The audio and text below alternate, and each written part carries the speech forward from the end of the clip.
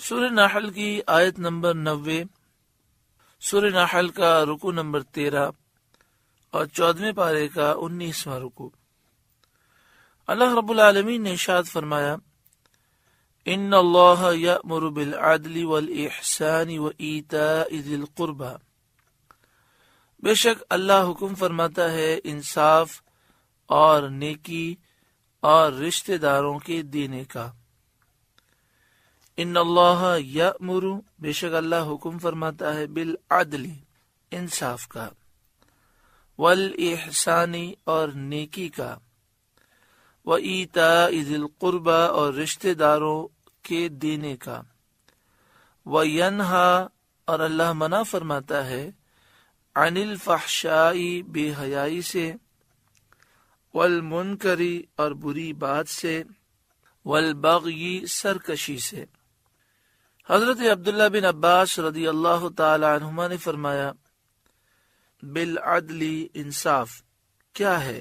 تو آپ نے فرمایا انصاف تو یہ ہے کہ آدمی لا الہ الا اللہ کی گواہی دے، اور فرمایا والاحسان، اور نیکی کا حکم فرماتا ہے۔ تو حضرت عبداللہ بن عباس رضی اللہ تعالی عنہما نے فرمایا نیکی فرائض کو ادا کرنا ہے، جو چیزیں ہم پر لازم ہیں ان کو ادا کرنا، یہ نیکی ہے، یہ احسان ہے۔ حضرت عبداللہ بن عباس رضی اللہ تعالی عنہما ہی سے ایک روایت اور ہے کہ آپ نے فرمایا انصاف شرک کا ترک کرنا ہے، شرک نہ کرنا یہ انصاف ہے۔ اور احسان، نیکی کسے کہتے ہیں؟ تو حضرت عبداللہ بن عباس کی دوسری روایت میں یہ ہے کہ اللہ کی اس طرح عبادت کرنا گویا اللہ تمہیں دیکھ رہا ہے، اور دوسروں کے لیے وہی پسند کرنا جو اپنے لیے پسند کرتے ہو۔ اگر وہ مومن ہو تو اس کے برکات ایمان کی ترقی تمہیں پسند ہو، اور اگر کافر ہو تو تمہیں یہ پسند آئے کہ وہ تمہارا اسلامی بھائی ہو جائے۔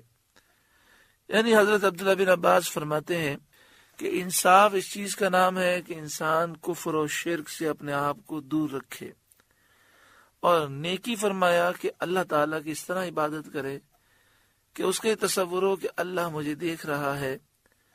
دوسروں کے لیے وہی پسند کرے انسان جو اپنے لیے پسند کرتا ہے۔ اللہ تعالیٰ ہمیں اس پر عمل کی توفیق عطا فرمائے۔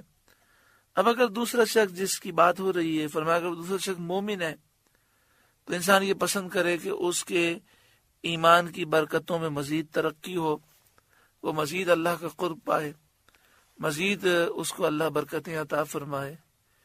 اور اگر دوسرا کوئی شخص کافر ہے تو مسلمان کو چاہیے کہ وہ اس کے لیے یہ پسند کرے، یہ دعا کرے کہ اللہ اسے ہدایت نصیب فرمائے اور وہ اسلام میں داخل ہو جائے۔ حضرت عبداللہ بن عباس رضی اللہ تعالیٰ عنہما سے ایک تیسری روایت بھی ہے، آپ نے فرمایا انصاف توحید ہے اور نیکی اخلاص ہے، یعنی ہر کام اللہ رب العالمین کی رضا کے لیے کیا جائے۔ ان تمام روایتوں کا طرز بیان اگرچہ جدا جدا ہے، لیکن معال اور مدعا ایک ہی ہے، انہیں ساری روایتوں کا مفہوم ایک ہی ہے، اور اس کا مقصد ایک ہی ہے کہ انصاف اور نیکی کیا ہے؟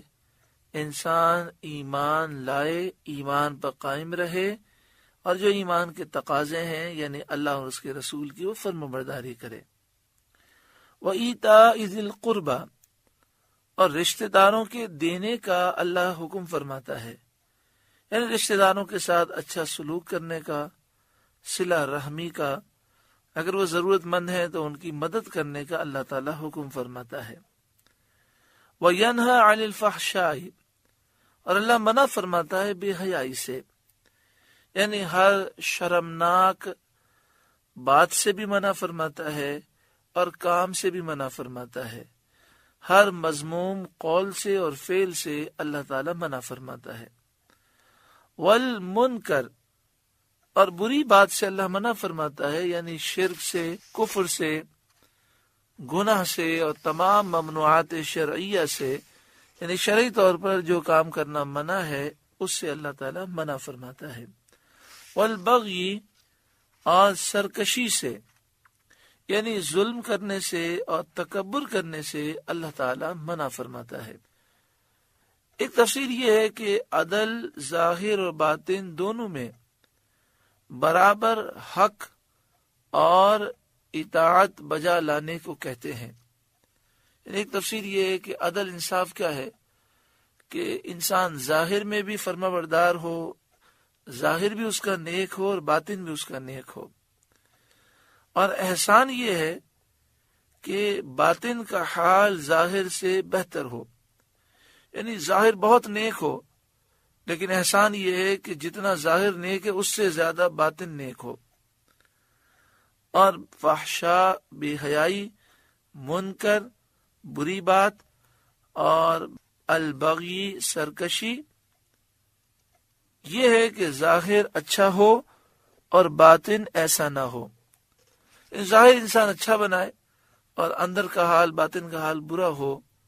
لوگوں کے سامنے انسان اچھا بن کے پھرے، جلوتیں تو صحیح ہوں، خلوتیں صحیح نہ ہوں، لوگوں کے سامنے کچھ ہو، پیچھے سے کچھ ہو، تو فرمایا یہ بے حیائی ہے، یہ بری بات ہے، یہ سرکشی ہے۔ بعض مفسرین نے فرمایا کہ اس آیت میں اللہ تعالیٰ نے 3 چیزوں کا حکم دیا اور 3 چیزوں سے منع فرمایا۔ عدل و انصاف کا حکم فرمایا، تو عدل و انصاف تو مساوات کا نام ہے، اقوال میں اور افعال میں، قول و فعل سب یکساں ہوں اور ظاہر باطن یکساں روشن ہو۔ اور اس کے مقابلے میں فحشاء ہے، بے حیائی ہے، اور بے حیائی کا مطلب ہوتا ہے کہ کبھی اقوال اور افعال، یعنی قول و فعل گندے ہوں۔ احسان کا حکم فرمایا، وہ یہ ہے کہ جس نے ظلم کیا اس کو معاف کرو، اور جس نے برائی کی اس کے ساتھ بھلائی کرو۔ اللہ تعالیٰ اس پر ہمیں عمل کی توفیق عطا فرمائے۔ کہ مفسرین میں سے بعض مفسرین فرماتے ہیں کہ احسان کا مطلب یہ ہے جس نے ظلم کیا اس کو معاف کرو، اور جس نے برائی کی اس کے ساتھ بھلائی کرو۔ اور اس کے مقابلے میں منکر ہے، تو بعض مفسرین فرماتے ہیں منکر کا مطلب یہ ہوتا ہے محسن کے احسان کا انکار کرنا۔ جس نے آپ پر احسان کیا ہے اس کے احسان کا انسان انکار کر دے اور احسان فراموشی کرے۔ تیسرا حکم اس میں یہ دیا گیا کہ اس آیت میں رشتہ داروں کو دینے اور ان کے ساتھ صلہ رحمی اور شفقت اور محبت کا حکم فرمایا۔ اس کے مقابلے میں البغی ہے، اور وہ اپنے آپ کو اونچا کھینچنا اور اپنے علاقے داروں، رشتہ داروں کے حقوق تلف کرنا ہے، یعنی انسان غرور و تکبر مبتلا ہو اور اپنے رشتہ داروں، دوست، احباب کے جو حقوق ہیں وہ تلف کرے۔ حضرت عبداللہ بن مسعود رضی اللہ تعالیٰ عنہ نے فرمایا کہ یہ آیت تمام خیر و شر کے بیان کو جامع ہے، یعنی اس آیت میں خیر اور شر کو مکمل بیان کر دیا گیا۔ حضرت عثمان بن مظعون رضی اللہ تعالیٰ عنہ اسلام لائے، تو آپ کے اسلام کا سبب یہی آیت کریمہ ہے۔ آپ فرماتے ہیں جب یہ آیت کریمہ نازل ہوئی اور میں نے سنی تو ایمان میرے دل میں جگہ پکڑ گیا، اور اس آیت کا اثر اتنا زبردست ہوا کہ ولید بن مغیرہ اور ابو جہل جیسے سخت دل کافر یہ بھی اس آیت کی تعریف پر مجبور ہو گئے، ان کی زبانوں پر بھی تعریف آ گئی۔ اس لیے یہ آیت ہر جمعۃ المبارک کے خطبے کے آخر میں پڑھی جاتی ہے۔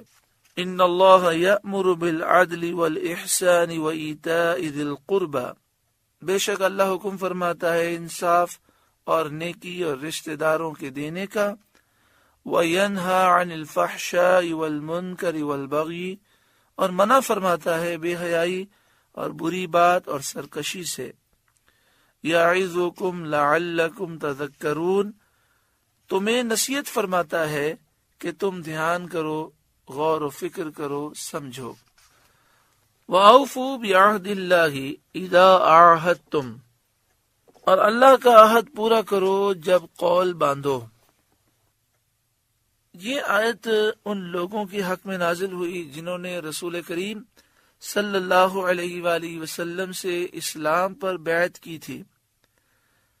انہیں اپنے عہد کے وفا اور پورا کرنے کا حکم دیا گیا۔ یہ حکم انسان کے ہر عہد، نیک اور وعدے کو شامل ہے، یعنی جب بھی کوئی شخص جائز عہد کرے، وعدہ کرے، تو اس کو لازمی پورا کرے۔ وَلَا تَنْقُضُوا الْأَيْمَانَ بَعْدَ تَوْكِيدِهَا، اور قسمیں مضبوط کر کے نہ توڑو۔ وَقَدْ جَعَلْتُمُ اللَّهَ عَلَيْكُمْ كَفِيلًا، اور تم اللہ کو اپنے اوپر ضامن کر چکے ہو۔ یعنی جب تم نے اللہ کے نام کی قسم کھا لی تو تم اپنے اوپر اللہ کو ضامن کر چکے ہو، تو اب قسم نہ توڑو بلکہ قسم کو پورا کرو۔ ان اللہ یعلم ما تفعلون، بے شک اللہ تمہارے کام جانتا ہے۔ وَلَا تَكُونُوا كَالَّتِي نَقَضَتْ غَزْلَهَا مِن بَعْدِ قُوَّةٍ أَنْكَاسًا، اور اس عورت کی طرح نہ ہو جس نے اپنا سوت مضبوطی کے بعد ریزہ ریزہ کر کے توڑ دیا۔ یعنی تم عہد اور قسمیں توڑ کر اس عورت کی مثل نہ ہونا۔ مکہ مکرمہ میں ریتا بنت عمر نامی ایک عورت تھی جس کی طبیعت میں بہت وہم تھا اور عقل میں فتور تھا، یعنی اس کا دماغی توازن درست نہیں تھا۔ وہ دوپہر تک محنت کر کے سوت کاتا کرتی، یعنی وہ کپڑا دھاگے سے بنا کرتی اور اپنی باندیوں سے بھی کتواتی، اور دوپہر کے وقت اس کاتے ہوئے کو توڑ کر ریزہ ریزہ کر ڈالتی اور باندیوں سے بھی توڑواتی۔ یہی اس کا معمول تھا۔ معنی یہ ہے کہ اپنے عہد کو توڑ کر اس عورت کی طرح بے وقوف نہ بنو۔ تَتَّخِذُونَ أَيْمَانَكُمْ دَخَلًا بَيْنَكُمْ، اپنی قسمیں آپس میں ایک بے اصل بہانہ بناتے ہوئے، ان تکون امۃ ہی اربع من امہ، کہ کہیں ایک گروہ دوسرے گروہ سے زیادہ نہ ہو، یعنی ایک بے اصل بہانہ بناتے ہوئے قسمیں نہ توڑو۔ اور یہاں جو فرمایا گیا کہ کہیں ایک گروہ دوسرے گروہ سے زیادہ نہ ہو، تو حضرت مجاہد رضی اللہ تعالیٰ عنہ فرماتے ہیں لوگوں کا طریقہ یہ تھا کہ ایک قوم سے حلف کرتے، معاہدہ کرتے، جب دوسری قوم اس سے زیادہ تعداد یا مال یا قوت میں پاتے تو پہلوں سے جو حلف کیے تھے، وعدے کیے تھے، معاہدے کیے تھے، توڑ دیتے اور اب دوسرے سے حلف کرتے۔ اللہ تعالیٰ نے اس کو منع فرمایا اور عہد کے وفا کرنے کا حکم دیا۔ انما یبلوکم اللہ بہ، اللہ تو اس سے تمہیں آزماتا ہے کہ مطیع اور عاصی ظاہر ہو جائے۔ یعنی ایک شخص نے عہد کیا ہے، معاہدہ کیا ہے، اب اس کے بعد ایسا ہوتا ہے کہ اسے یہ محسوس ہوتا ہے کہ اس سے زیادہ فائدہ مجھے اس سے معاہدہ کرنے میں تھا، تو یہ اللہ تعالیٰ کی طرف سے امتحان ہے، تم عہد نہ توڑو۔ جیسے آج کل بہت سارے لوگ بزنس میں اس طرح کے معاملات کرتے ہیں، سودا ڈن بھی کر لیتے ہیں، معاہدہ بھی کر لیتے ہیں، پھر جب وہ دیکھتے ہیں کہ اس سے زیادہ نفع دوسرے کے ساتھ مل رہا ہے تو جھوٹے ہیلے بہانے کر کے وہ معاہدہ توڑ دیتے ہیں، دوسرے سے کر لیتے ہیں۔ اسی لیے نہ ان کے کاروبار میں برکت ہے، نہ گھر میں سکون ہے، نہ جان میں چین ہے۔ اللہ تعالی ہر مسلمان کو معاہدے کی پابندی کرنے کی توفیق عطا فرمائے۔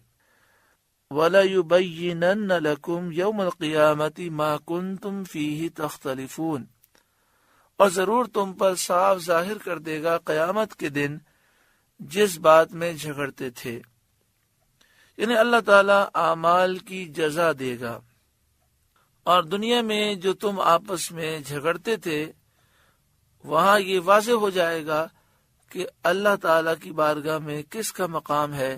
جو مومن ہوگا، جس نے اچھے اعمال کیے ہوں گے، جس نے اللہ کو راضی کیا ہوگا، وہی جنت کی بہاریں حاصل کرے گا۔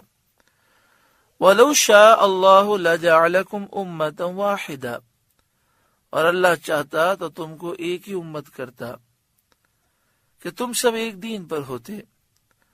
وَلَكِنْ يُضِلُّ مَن يَشَاءُ، لیکن اللہ گمراہ کرتا ہے جسے چاہے، لیکن اللہ گمراہ کرتا ہے اپنے عدل سے جسے چاہے۔ وَيَهْدِي مَن يَشَاءُ، اور ہدایت دیتا ہے اپنے فضل سے جسے چاہے۔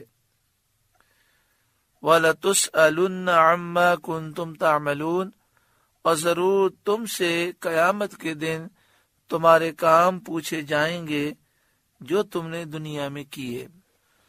قرآن مجید فرقان حمید میں جگہ جگہ یہ فرمایا گیا کہ اگر اللہ تعالی چاہتا تو سب کو ہدایت دے دیتا، سب ایک دین پر ہوتے، اور اس کی تشریح کئی مرتبہ گزر چکی ہے کہ مراد یہ ہے کہ اللہ تعالیٰ نے دنیا کو دارالامتحان، دارالعمل بنایا، اور دارالامتحان میں، امتحان روم میں اچھا برا لکھنے کی اجازت ہوتی ہے۔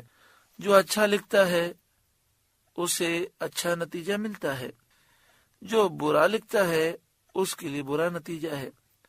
تو یہ دنیا دارالامتحان ہے، اس میں ہمارے لیے دونوں راہیں ہیں، ہم نامہ اعمال میں اچھا لکھوائیں یا برا لکھوائیں۔ تو جو برے اعمال کرے گا اس کا نتیجہ اس کے لیے برا ہے۔ اگر اللہ تعالی چاہتا تو اس دنیا کو دارالامتحان نہ بناتا، تو کوئی اس میں گناہ کفر کر ہی نہ سکتا، لیکن اس کی مشیت ہے کہ اس نے اختیارات دیے تاکہ جو نیک لوگ ہیں، جو اللہ کی فرمانبرداری کریں، انہیں اللہ تعالیٰ آخرت میں صلہ عطا فرمائے۔ ہم دعا کرتے ہیں کہ اللہ تعالیٰ ہمیں بھی نیک لوگوں میں شامل فرمائے اور اپنے فضل سے ہمیں ایک کامیاب زندگی عطا فرمائے۔ وَلَا تَتَّخِذُوا أَيْمَانَكُمْ دَخَلًا بَيْنَكُمْ، اور اپنی قسمیں آپس میں بے اصل بہانہ نہ بنا لو۔ فَتَزِلَّ قَدَمٌ بَعْدَ ثُبُوتِهَا، کہ کہیں کوئی پاؤں جمنے کے بعد لغزش نہ کرے، یعنی کوئی پاؤں راہ حق اور اسلام کے طریقے سے جمنے کے بعد لغزش نہ کرے۔ وَتَذُوقُوا السُّوءَ بِمَا صَدَدتُّمْ عَنْ سَبِيلِ اللَّهِ، اور تمہیں برائی چکھنی ہو بدلہ اس کا کہ اللہ کی راہ سے روکتے تھے، یعنی تم پر اللہ تعالیٰ کا عذاب آ جائے۔ وَلَكُمْ عَذَابٌ عَظِيمٌ، اور تمہیں بڑا عذاب ہو آخرت میں۔ اس آیت کریمہ میں پھر فرمایا گیا کہ جب تم نے وعدہ کر لیا، قسمیں کھا لیں، تو اب انہیں پورا کرو، بے اصل بہانے بنا کر اپنے عہد کو نہ توڑو۔ کیونکہ انسان جب گناہ کرتا ہے تو گناہ کرنے سے اس کا ظاہر بھی برا ہوتا ہے، باطن بھی برا ہوتا ہے، دل بھی کالا ہوتا ہے، اور بسا اوقات گناہ انسان کو کفر کی طرف لے جاتے ہیں۔ وَلَا تَشْتَرُوا بِعَهْدِ اللَّهِ ثَمَنًا قَلِيلًا، اور اللہ کے عہد پر تھوڑے دام مول نہ لو، یعنی دنیا کی ذلیل دولت کی خاطر عہد نہ توڑو، دنیا ناپائیدار کے قلیل نفع پر اس عہد کو نہ توڑو۔ تم نے عہد کیا ہے کہ تم مسلمان ہو، مسلمان جب لا الہ الا اللہ محمد رسول اللہ پڑھتا ہے تو معنی یہی ہے کہ اللہ کے سوا کوئی معبود نہیں، محمد اللہ کے رسول ہیں صلی اللہ علیہ وسلم، اور ایک طرح سے یہ عہد ہے کہ وہ اللہ اور اس کے رسول کی فرمانبرداری کرے گا۔ دنیا کی ذلیل دولت کی خاطر انسان اگر اللہ اور اس کے رسول کے فرمان کو چھوڑ دے تو یہ دنیا تو ایک نہ ایک دن چھوڑ کر جانی ہے۔ آخرت میں اگر اس کے برے اعمال کی وجہ سے بربادی ہوئی، خاتمہ کفر پر ہوا، اللہ ناراض ہوا، ہمیشہ کے لیے جہنمی ہو گیا تو اس کا پھر کتنا برا انجام ہوگا۔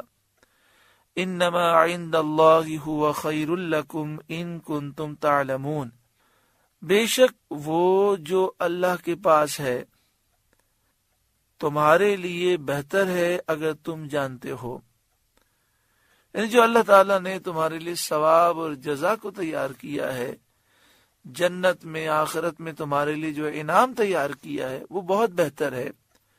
تو دنیا کی ذلیل دولت کی خاطر آخرت کے اتنے انعام کو نہ چھوڑو، دنیا کو ٹھکرا دو، اللہ اور اس کے رسول کی فرمانبرداری کرو۔ ما عندکم ینفد، جو تمہارے پاس ہے ہو چکے گا، جو تمہارے پاس ہے وہ فنا ہو جائے گا، یہ سامان دنیا یہ سب فنا ہو جائے گا اور ختم ہو جائے گا۔ وما عند اللہ باق، اور جو اللہ کے پاس ہے ہمیشہ رہنے والا ہے، یعنی اللہ تعالیٰ کی رحمت کے خزانے اور آخرت کا ثواب ہمیشہ رہنے والا ہے۔ وَلَنَجْزِيَنَّ الَّذِينَ صَبَرُوا أَجْرَهُمْ بِأَحْسَنِ مَا كَانُوا يَعْمَلُونَ، اور ضرور ہم صبر کرنے والوں کو ان کا وہ صلہ دیں گے جو ان کے سب سے اچھے کام کے قابل ہو۔ اللہ اکبر کبیرہ۔ اعلی حضرت امام اہل سنت امام احمد رضا علیہ رحمہ کے خلیفہ صدر الافاضل حضرت علامہ سید نعیم الدین مراد آبادی علیہ رحمہ تفسیر خزانہ العرفان میں تفسیر ابو سعود کے حوالے سے لکھتے ہیں، یعنی ان کی ادنا سے ادنا نیکی پر بھی وہ اجر و ثواب دیا جائے گا جو وہ اپنی اعلیٰ نیکی پر پاتے۔ اللہ اکبر۔ جو دنیا میں صبر کرتا ہے اور وہ نیکی کی زندگی گزارتا ہے، تو اس آیت کریمہ میں یہ بیان کیا گیا کہ انہوں نے ادنا سے ادنا نیکی بھی کی ہوگی، پھر اس سے اعلیٰ نیکی کی ہوگی، اس سے اعلیٰ نیکی، اور سب سے اعلیٰ نیکی بھی کی ہوگی۔ تو اللہ تعالیٰ جو ان کی سب سے اعلیٰ نیکی پر ثواب دے گا، ساری نیکیوں پر وہی ثواب دے گا جو صبر کرنے والے ہوں گے۔ وَلَنَجْزِيَنَّ الَّذِينَ صَبَرُوا أَجْرَهُمْ بِأَحْسَنِ مَا كَانُوا يَعْمَلُونَ، اور ضرور ہم صبر کرنے والوں کو ان کا وہ صلہ دیں گے جو ان کے سب سے اچھے کام کے قابل ہو۔ سمجھانے کے لیے ایک مثال ہے کہ ایک شخص نے نیکی کی، اس کا ثواب اسے 1 ملا، ایک نیکی کی اس کا ثواب اسے 10 ملا، ایک نیکی ایسی کی اس کا ثواب اسے 700 ملا۔ تو اللہ تبارک و تعالی یہ کرم فرمائے گا کہ جو صبر کرنے والے ہوں گے ان کو ہر نیکی کا اعلیٰ ہی ثواب دیا جائے گا۔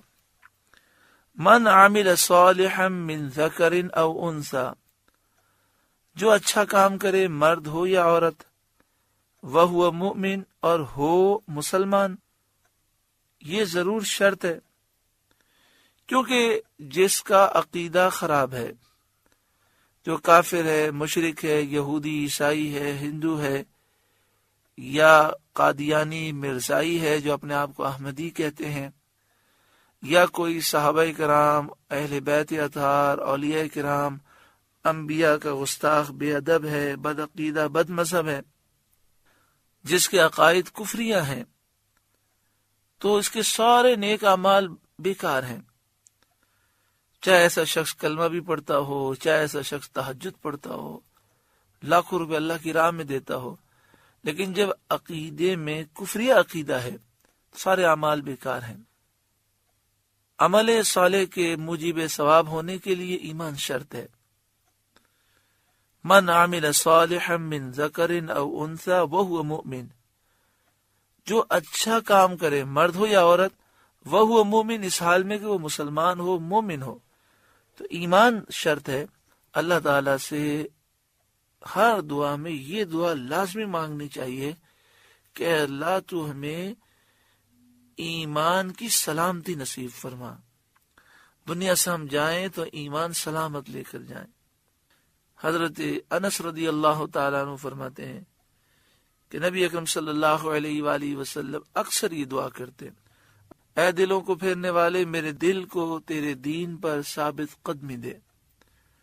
حضرت انس سمجھ گئے کہ حضور تو معصوم ہیں اور انہی کے صدقے میں لوگ جنت میں جائیں گے، تو حضور یہ دعا جو کثرت سے کرتے ہیں ہماری تعلیم کے لیے ہے۔ تو حضرت انس نے پوچھا یا رسول اللہ صلی اللہ علیہ وسلم، کیا آپ ہمارے بارے میں اندیشہ کرتے ہیں کہ ہمارا ایمان ضائع ہو سکتا ہے؟ تو آپ نے ایک مثال دی کہ جیسے ایک میدان ہو، اس میں پرندے کا پر رکھا ہوا ہو، تیز ہوا چل رہی ہو تو وہ پر کو بڑی تیزی کے ساتھ الٹ پلٹ کرتی ہے، تو اس طرح دل کی کیفیتیں بدلتی ہیں۔ تو اللہ تعالیٰ سے یہ دعا بار بار مانگنی چاہیے کہ اے اللہ ہمارے دل کو اسلام پر ثابت قدمی عطا فرما۔ ام المومنین حضرت ام سلمہ رضی اللہ تعالی عنہا سے پوچھا گیا کہ نبی اکرم صلی اللہ علیہ وآلہ وسلم جب آپ کے بعد تشریف لاتے تو کون سی دعا کثرت سے کرتے؟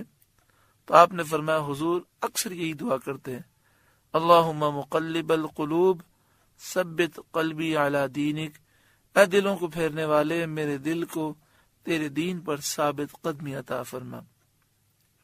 فَلَنُحْيِيَنَّهُ حَيَاةً طَيِّبَةً، تو ضرور ہم اسے اچھی زندگی جلائیں گے، یعنی جب تک وہ دنیا میں رہے گا چین کی زندگی پائے گا، جو مومن ہے اور جس نے اچھے اعمال کیے۔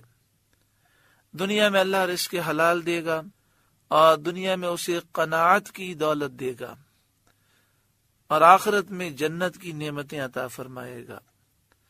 قناعت کی دولت کسے کہتے ہیں؟ جیسے مثال کے طور پر کسی کو کچھ دولت ملتی ہے تو وہ خوش ہو جاتا ہے اور یہ سمجھتا ہے کہ یہ تو میری ضرورت سے بہت زیادہ ہے، اور اس کا دل اسے پانے کے بعد ہر غم سے آزاد ہوتا ہے۔ تو یہ تو اسے قناعت مل گئی کہ جو اسے ملا ہے اس پر وہ خوش ہے اور مزید ہوس نہیں ہے۔ اور جسے قناعت کی دولت نہیں ملتی، وہ کروڑ پتی بھی ہو تو یہ سمجھتا ہے میرے پاس کچھ بھی نہیں ہے، پریشان رہتا ہے۔ بعض علماء نے فرمایا کہ اچھی زندگی سے عبادت کی لذت مراد ہے۔ اللہ اکبر۔ فَلَنُحْيِيَنَّهُ حَيَاةً طَيِّبَةً، تو کہتے ہیں کہ اللہ تعالیٰ ایسے مومنوں کو جو اچھے اعمال کریں گے سجدوں کی لذتیں عطا فرمائے گا۔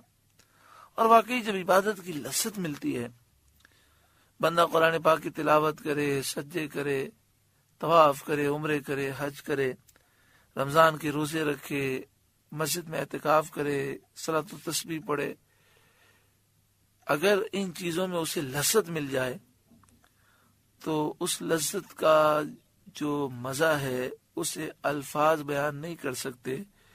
وہ مزہ ساری دنیا کی دولت سے بہتر ہوتا ہے۔ مومن اگرچہ فقیر بھی ہو، اس کی زندگی دولت مند کافر کے عیش سے بہتر اور پاکیزہ ہے۔ یعنی مومن جو اللہ اور اس کے رسول کا فرما بردار ہے، نیک صالح ہے، چاہے وہ غریب ہو، وہ کروڑ پتی ارب پتی کافر سے بھی زیادہ سکون میں ہوتا ہے، کیونکہ مومن جانتا ہے کہ اس کی روزی اللہ کی طرف سے ہے، جو اس نے مقرر کیا ہے اس پر مومن راضی ہوتا ہے۔ مومن کا دل لالچ کی پریشانیوں سے محفوظ اور آرام میں رہتا ہے، اور کافر جو اللہ پر نظر نہیں رکھتا وہ حریص رہتا ہے، لالچی ہوتا ہے، اور ہمیشہ رنج میں، تکلیف میں، مشقت میں اور مال کے حصول کی فکر میں پریشان رہتا ہے۔ وَلَنَجْزِيَنَّهُمْ أَجْرَهُمْ بِأَحْسَنِ مَا كَانُوا يَعْمَلُونَ، اور ضرور انہیں ان کا اجر دیں گے جو ان کے سب سے بہتر کام کے لائق ہو۔ یعنی جو اللہ تعالیٰ کا فرما بردار ہوگا، نیک صالح ہوگا، اس نے چھوٹی نیکی بھی کی ہوگی اور بڑی سے بڑی نیکی بھی کی ہوگی، تو اللہ تعالیٰ بڑی نیکی پر جو اجر دے گا ساری نیکیوں پر وہی اجر انہیں عطا فرمائے گا۔ فَإِذَا قَرَأْتَ الْقُرْآنَ فَاسْتَعِذْ بِاللَّهِ مِنَ الشَّيْطَانِ الرَّجِيمِ، تو جب تم قرآن پڑھو تو اللہ کی پناہ مانگو شیطان مردود سے۔ یعنی قرآن کریم کی تلاوت شروع کرتے وقت اعوذ باللہ من الشیطان الرجیم پڑھو، یہ مستحب ہے۔ انہ لیس لہ سلطان علی الذین آمنوا وعلی ربہم یتوکلون، بے شک شیطان کا کوئی قابو ان پر نہیں جو ایمان لائے اور اپنے رب ہی پر بھروسہ رکھتے ہیں۔ وہ شیطانی وسوسے قبول نہیں کرتے۔ جو مومن ہیں، اللہ پر بھروسہ رکھنے والے ہیں، شیطان کے وسوسوں سے انہیں کوئی نقصان نہیں ہوتا۔ انما سلطانہ علی الذین یتولونہ، شیطان کا قابو تو انہی پر ہے جو شیطان سے دوستی کرتے ہیں۔ والذین ہم بہ مشرکون، اور اسے شریک ٹھہراتے ہیں، یعنی جو شیطان کو شریک ٹھہراتے ہیں، شیطان سے دوستی کرتے ہیں اور اس کی باتوں پر عمل کرتے ہیں، شیطان کا ان پر زور ہوتا ہے، قابو ہوتا ہے۔ اللہ تعالی ہمیں ان لوگوں میں شامل فرمائے جنہیں شیطانی وسوسے نقصان نہیں دیتے۔ سورہ نحل کا 13واں رکوع مکمل ہوا۔ اللہ رب العالمین اس رکوع کے نور سے ہمارے قلوب کو روشن اور منور فرمائے۔ اللہ اللہ